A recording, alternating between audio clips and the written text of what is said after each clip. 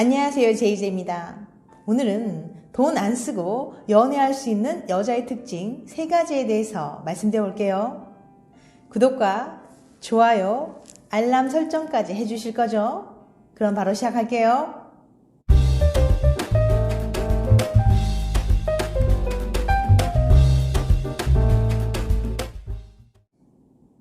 여자들 중에는 눈이 너무 높고 까탈스러워서 남자의 시간이나 노력, 돈을 많이 투자해야만 만날 수 있는 경우가 있고, 반면에 상대적으로 공략하기 쉬운 여자들도 있어요. 그럼 남자들이 상대적으로 공략하기 쉬운 여자들에게는 어떤 특징이 있을까요? 돈 안 쓰고 연애할 수 있는 여자의 특징 3가지. 첫 번째, 자신이 덜 예쁘다고 생각하는 여자. 얼굴이 매력적이고 예쁜 여자는 남자를 만날 때 눈이 높아서 이것저것 따지는 게 많죠. 능력, 돈, 외모, 성격, 사회성 등등. 하지만 자신이 덜 예쁘다고 생각하는 여자는 괜히 욕심을 부렸다가 연애 혹은 결혼을 못할까봐 비교적 조건이 낮은 남자들의 대시를 잘 받아주는 경향이 있어요. 이것은 얼굴 자본주의 때문인데요. 자기 얼굴이 매력적인 여자는 더 건강하고 매력적인 남자를, 조금 덜 매력적인 사람은 조금 덜 건강하고 매력적인 남자를 선택하게 된다는 이론이에요. 글래고스 대학의 요한나 교수에 따르면 매력적인 여자는 마음 놓고 원하는 남자를 선택하지만 조금 덜 매력적인 여자는 무의식 중에 최선의 선택을 고민하게 된다고 해요. 괜히 너무 조건이 좋은 남자를 찾다가 아예 짝을 찾지 못하는 상황이 될까봐 무의식 중에 비교적 조건이 낮은 남자를 선택하게 된다는 거죠.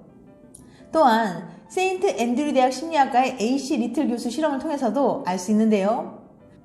리틀 교수는 사람에 따라 얼굴 대칭에 대한 선호가 어떻게 다른지 실험을 진행했습니다. 먼저 리틀 교수는 90명의 여성 실험 참가자들 모집한 후 사람들이 스스로 얼마나 매력적이라고 생각하는지 물어봤습니다. 그리고 2장의 남자 사진을 보여줬어요. 사진은 같은 사람을 컴퓨터를 통해서 살짝 다르게 조작한 모습이었습니다.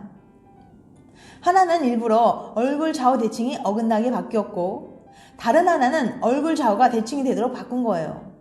실험 결과 매력도가 높은 여자일수록 좌우 대칭인 남자 사진을 선호한 것으로 나타났습니다. 리틀 교수는 이 결과에 대해서 이렇게 설명해요. 기본적으로 사람들은 좌우가 대칭인 얼굴을 매력적으로 생각하는 경향이 있습니다. 왜냐하면 대칭인 얼굴은 강한 면역 체계를 가지고 있다는 걸 의미하기 때문이죠. 그래서 실제로 얼굴이 대칭인 사람일수록 이성에게 인기가 많아요. 그런데 다들 얼굴이 대칭인 사람을 좋아하지만 다들 좋아한다는 것 자체가 문제가 될 수 있죠. 그만큼 경쟁이 심하다는 뜻이니까요. 경쟁이 심하면 연애를 해도 경쟁자들에게 빼앗길 가능성이 높죠. 그러니까 매력적이지 않은 사람들은 차라리 대칭이 아닌 사람을 만나는 게 안정적인 연애를 할 수 있는 전략이 될 수 있는 거예요. 리틀 교수의 실험은 이성의 외모에 대한 선호가 그냥 아무렇게나 생겨난 게 아니라는 걸 보여줍니다. 이성에 대한 선호는 객관적인 외모 가치뿐만 아니라 개인의 경험과 자신에 대한 인식에 따라 형성되는 거예요. 자신의 실제 선호도 중요하지만 스스로 얼마나 매력적이라고 생각하는지에 따라 선호가 전략으로 바뀌는 거죠. 심지어 이건 의식적인 행동도 아니라는 거예요. 속으로 잘생긴 사람을 좋아하지만 어쩔 수 없이 다른 사람을 좋아하는 게 아니라 무의식적으로 다른 사람이 그냥 좋아 보이는 거니까요. 만약에 당신이 친구들로부터 야, 넌 눈이 너무 높아, 거울 좀 봐라 같은 말을 많이 듣는다면 당신이 외모에 따라 전략적인 선택을 잘 못하고 있는 건 아닐까요? 2번째, 외로운 유부녀. 어느 신문의 여론조사 결과 국내 기혼 남녀 중 불륜 경험률이 24.2%로 나왔습니다. 이렇듯 상당히 많은 남녀가 불륜에 빠진 경험이 있는 걸 알 수 있어요. 장기 연애 중이거나 결혼 생활이 오래된 사이에는 권태로움에 빠지기 쉽습니다. 흔히들 가족끼리 왜 이래? 라고 말하면서 오래된 부부 사이에서는 서로를 이성으로 느끼지 않는다고 농담 섞인 말을 하곤 하죠. 그래서 뭔가 삶의 활력과 재미를 줄 만한 일은 없을까라는 생각에 불륜에 빠지게 되는 것 같아요. 즉, 단조롭고 일상에 지친 결혼 생활 중 일탈을 꿈꾸는 거죠. 부부 사이가 오래될수록 잠자리가 소원해질 수밖에 없는 가장 큰 이유는 더 이상 사랑하지 않아서 혹은 상대방과의 잠자리가 질려서가 아니에요. 일상과 섹스의 영역이 너무 다르기 때문입니다. 섹스는 자유로움, 상상력, 본능, 쾌락을 자극하는 행위지만 부부가 보내는 일상은 규칙과 통제가 필수적이에요. 일상과 섹스는 인간에게 정반대의 능력을 요구하고 있는 거죠.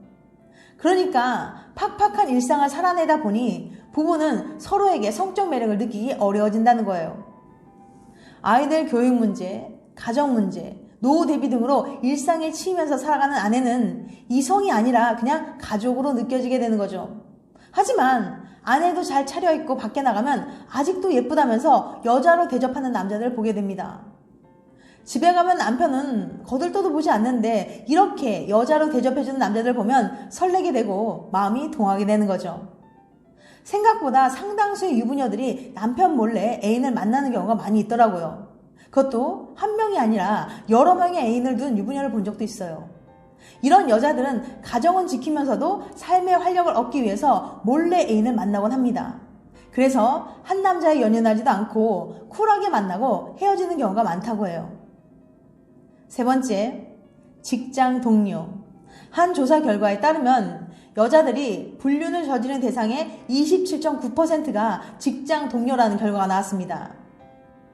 변호사들의 불륜 상담 중 가장 많은 1순위가 바로 직장 내 불륜이라고 하고요. 인간이 만족스럽고 지속적인 관계를 유지하기 위한 핵심은 형평성이에요. 즉, 우리는 대인관계에서 자신이 준 만큼 받으려고 합니다.